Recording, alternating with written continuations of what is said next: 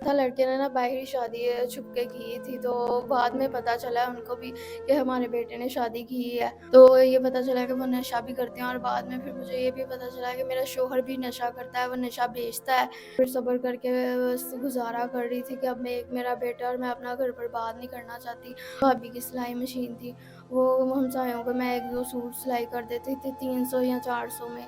इसी से गुज़ारा करती थी। शादीशुदा भी हो ठीक है, मुझे बस एक छत हो, एक खाना-पीना अच्छा, पहनाए-ओढ़े, हर तरह का मेरा ख़्याल रखे और मुझे क्या चाहिए। अस्सलाम वालेकुम नाज़रीन, मैं आपका मेज़बान अरसान राजपूत और आप देख रहे हैं अमन पाकिस्तान। आज हमारे साथ एक ऐसी बहन मौजूद हैं, जिनकी शादी के दिन तय हो जाते हैं। तो ऐसे क्या मामलात बनते हैं कि इनके घर बारात नहीं आती, बारात बाद में आती है तो लड़का नशा करने वाला निकल आता है। ये क्या मामलात होते हैं कि इनकी सारी ज़िंदगी ख़राब होगी और इतनी लाचार हैं कि मीडिया के सामने मौजूद हैं हमारे साथ। इन्हीं से जानते हैं। अस्सलाम वालेकुम। वालेकुम सलाम।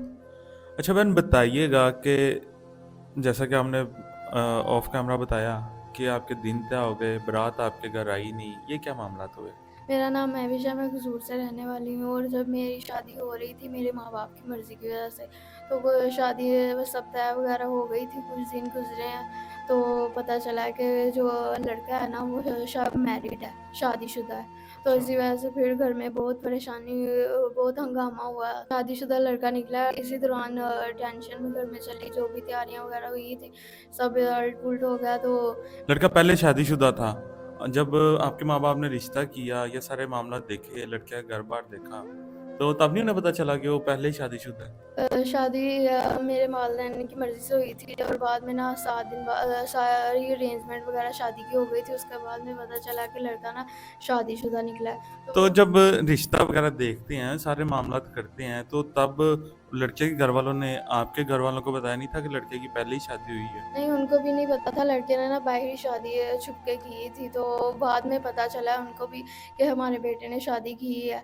और फिर इसी दौरान परेशानी में ना मेरे वालिद साहब कुछ जानने वाले थे, उन्होंने कहा कि भई रिश्ता एक है, आप इधर अपनी बेटी का कर दें, अर्जेंट में बारात उसी फिक्स डेट पर ना बारात वो लेके आएँगे। अच्छा, मतलब कि जहाँ पे पहले आपका रिश्ता तय हुआ था, वहाँ से बारात नहीं आई और उसके बाद फिर किसी और की बारात आपकी तरफ आ गई। इज़्ज़त जी। बचाने के लिए आपके बाप ने बस जितनी जल्दी हो सके कोई भी रिश्ता देख के जी, कर दिया। तस्दीक वगैरह कुछ भी नहीं की, बस कार्ड पड़ चुका था, इसी इज़्ज़त की वजह से उन्होंने शादी कर दी। और शादी के गुज़रा है, कुछ वक़्त गुज़रा है और मुझे पता है कि वही मेरे खामन की ना कुछ गलत उठनी-बैठनी है लोगों के साथ। तो ये पता चला कि वो नशा भी करते हैं और बाद में फिर मुझे ये भी पता चला कि मेरा शौहर भी नशा करता है, वो नशा बेचता है। तो जब ये सब कुछ सामने आया तो वो उन्होंने मारपीट मेरे से शुरू कर दी। मैंने पूछा कि ये आप क्यों करते हैं? मैंने समझाया, नहीं समझे। ननद वगैरह, सास वगैरह वो भी इसी तरह से बुरा सलूक करती थी। काम कर लिया, खाना बना के दे दिया, घर की सफाई की, हर काम कर दिया, फिर भी उनको मैं नहीं भाती थी। वो यही कहती थी, यहाँ से नहीं हुआ, वहाँ से नोक-झोंक बड़ी। अगर मैंने कह दिया अम्मी की तरफ जाना है, तब भी उन्होंने कहना क्यों जाना है, इधर हो, इधर के काम करो। कि बस वही कहती, मार-पीट के भी वो अपना ही एक नौकरानी बनाया हुआ था कि बस इधर ही हमारे पास 24 घंटे रहे। तो फिर 6 माह का मेरा बेटा था। अच्छा मैं बे जिसके साथ बाद में जो नशा करता था उसके साथ शादी हुई, तो उधर से आपका बेटा हुआ? जी, उधर से ही हुआ। तो 6 माह का बेटा था, मैंने अपनी नंद को कहा, सास को कि इन्हें समझाएँ, 6 माह का बेटा कैसे गुज़ारा, मैं अपना घर नहीं बर्बाद करना चाहती। तो उन्होंने भी आगे से उल्टा शौहर को लगा-धरा के बातें बताई हैं और फिर मेरे रात को शौहर आए, उन्होंने भी मुझे बहुत मारा-पीटा है और मैं फिर सब्र करके बस गुज़ारा कर रही थी कि अब मैं एक मेरा बेटा और मैं अपना घर बर्बाद नहीं करना चाहती, अपने घर। पर फिर भी वो मुझे बर्दाश्त नहीं करते थे, ये नहीं है, वो नहीं है, पता नहीं किस तरह से मैंने अपने सब्र को पैमाना था, छोड़ा नहीं है, सब्र का दामन पकड़े रखा है कि कोई नहीं, कुछ बात नहीं, एक ना एक दिन ठीक हो जाएँगे। पर वक़्त के साथ-साथ वो उनका रवैया और ज़्यादा स्ट्रिक्ट होता गया, उन्हें कुछ बदलाव ही नहीं था आ रहा। तो फिर मैंने यही फ़ैसला किया कि ना अब ये बर्दाश्त से बाहर है मेरी, तो मैंने फिर इनको कहा, छोड़ के मैं अम्मी के घर आ गई थी। तो आपने अपने शौहर को समझाया नहीं कि तुम्हारे घर वाले मेरे साथ इस तरह का रवैया करते हैं, तुम भी नशा करते हो, नशा बेचते हो, तो थोड़ा मेरा ख्याल करो, मैं फिर भी तुम्हारे साथ गुज़ारा कर रही हूँ, सब्र कर रही हूँ, तो तुम्हें एहसास ही नहीं है मेरा। आपने ये अपने शौहर को नहीं बताया ऐसा? बताया, समझाया, पर वो समझते ही नहीं थे। उन्हें कोई बात समझाते थे तो वो मारने को पड़ते थे कि वो मार-पीट शुरू कर देते, तो वो बात समझते ही नहीं थे, बस वो अपनी ही बात मनवाते थे। मतलब पहले एक जगह से बारात आई ही नहीं, जो शादीशुदा निकल आया, बाद में बारात आई ही आई तो बंदा जो है नशा करता था, नशा नशा बेचता था। तो उसे आपने समझाया, बताया, फिर भी वो आपके साथ अच्छा उन्होंने सलूक नहीं किया। तो उसके बाद आपने क्या सोचा? अपने 6 माह बेटा था आपका, 6 माह का, उसके बारे में आपने क्या सोचा? मैंने यही सोचा कि फिर अब मैं कैसे बर्दाश्त करूँ, अब तो वो बर्दाश्त मैं इनको छोड़ देती हूँ। फिर यही मैंने फ़ैसला किया।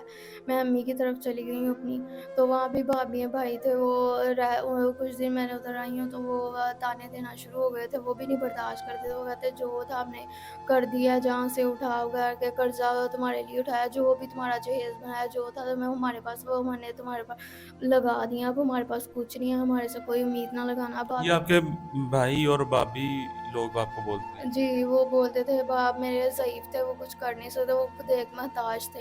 हुँ, तो हुँ। वो कहते अपना खर्चा खुद उठाओ। फिर भाभी की सिलाई मशीन थी, वो हमसायों को मैं 1-2 सूट सिलाई कर देती थी 300 या 400 में, इसी से गुज़ारा करती थी। अच्छा, मुझे यहाँ पे बताइएगा कि आपका 6 माह का बेटा हमें नज़र नहीं आया यहाँ पे, वो कहाँ पे है? वो नहीं उन्होंने दिया, वो उनके पास ही है। मैंने कहा भी था कि छोटा है अभी, वो कैसे रहेगा? नहीं, उन्होंने दिया ही नहीं है मुझे। तो आपको अपने बेटे की याद आती है? ज़ाहिर-सी बात है आप माँ हैं, तो बेटे की याद आती है तो क्या करती हैं? किस तरह से उस वक़्त को गुज़ारती हैं? बस गुज़ारा करना पड़ता है, फिर क्या करें, वो तो आगे से दे नहीं स बेटा तो वो दे नहीं रहे। तो ऐसे ही भाभी के बच्चे होते हैं, देख के या वो टाइम ऐसे ही सिलाई में गुज़ार के मैं गुज़ारा कर लेती हूँ। तो अभी कितने भाई हैं आपके? कितनी बहनें हैं आप? एक भैया और एक मैं बहन थी बस। मतलब 2 बहन-भाई हैं आप, एक जी। आप और एक आपका भाई।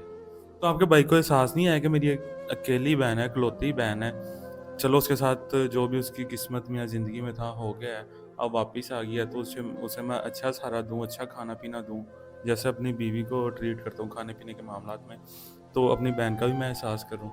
उसे इस चीज़ का एहसास नहीं है, उसके आपके माँ-बाप ने नहीं उसे समझाया?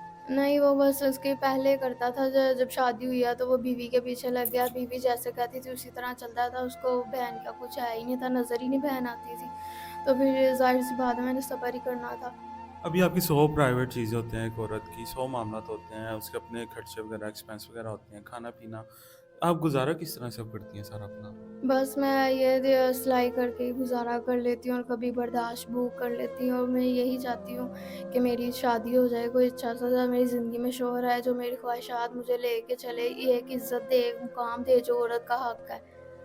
हम दूसरी जो बहनें होती हैं, उनसे हम पूछते हैं बंदा किस तरह का हो, इंसान किस तरह का हो। तो आपका भी ऐसा कोई उम्र का या ऐसी चीज़ों का है कि बस आप ये चाहती हैं कोई ज़िम्मेदार रोल लो, बस ये आपको चाहिए, नहीं, उम्र से कोई आप शादीशुदा भी हो ठीक है, मुझे बस एक छत हो, एक खाना-पीना अच्छा पहनाए ओढ़े, हर तरह का मेरा ख़्याल रखे, और मुझे क्या चाहिए? मतलब आप अपने इधर भाभी और भाई से इतना तंग हैं कि आप चाह रही हैं कि कोई भी हो, बस मेरा ख़्याल रखे, एक छत दे दे और 2 वक़्त का खाना दे दे। यहाँ पे आप छत और 2 वक़्त के खाने से भी मजबूर हैं। जी, ऐसे ही है। तो आगे अब जैसा भी इंसान हम ढूँढेंगे आपके लिए, या कोई आपसे राब्ता करता है या हमसे हमारे थ्रू राब्ता करता है, तो उसमें आपका कोई नहीं है कि दूसरी शादी हो, कहाँ का मर्ज़ी हो, बस ये है कि आपको रहने के लिए जगह दे दे, खाना दे दे और आपके साथ ज़िम्मेदारी आपकी उठा ले बस। मुझे यकीन है, इत्मीनान है, तो मैं आपके पास आई हूँ, वीडियो बनवा रही हूँ कि आप मेरे लिए अच्छा ही सोचेंगे, बुरा नहीं है। तो जैसे एक भाई अपनी बहन के लिए सोचता है, मैं तो ऐसी ही नीयत रख के आपके पास आई हूँ। मतलब कि जैसा भी इंसान हम अपने तौर पे देखेंगे आपको एक्सेप्ट होगा। जी। जी, तो नाज़रीन ज़्यादा बात लंबी नहीं करते। उन्होंने अपनी सारी कहानी बता दी है कि किस तरह उनकी किस्मत है कि एक जगह पे शादी तय हुई, लेकिन लड़का जो है वो शादीशुदा निकल आया। वहाँ से इज़्ज़त बचाने के लिए कहीं और पे किया तो लड़का नशाई निकल आया। इन्होंने डिवोर्स ले ली उससे क्योंकि वो मारता पीटता था, रवैया उसका अच्छा नहीं था। तो ओवरऑल जो भी इनके साथ आगे चलना चाहता है, इनके साथ ज़िंदगी गुजारना चाहता है, इन्हें छत दे सकता है, खाना दे सकता है, बाकी ज़िम्मेदारी ले सकता है इनकी। इनके ऊपर चल रहे नंबर पर रब्ता करें। इसी के साथ हमें इजाज़त दीजिए, मिलते हैं अगली वीडियो में, तब तक के लिए अल्लाह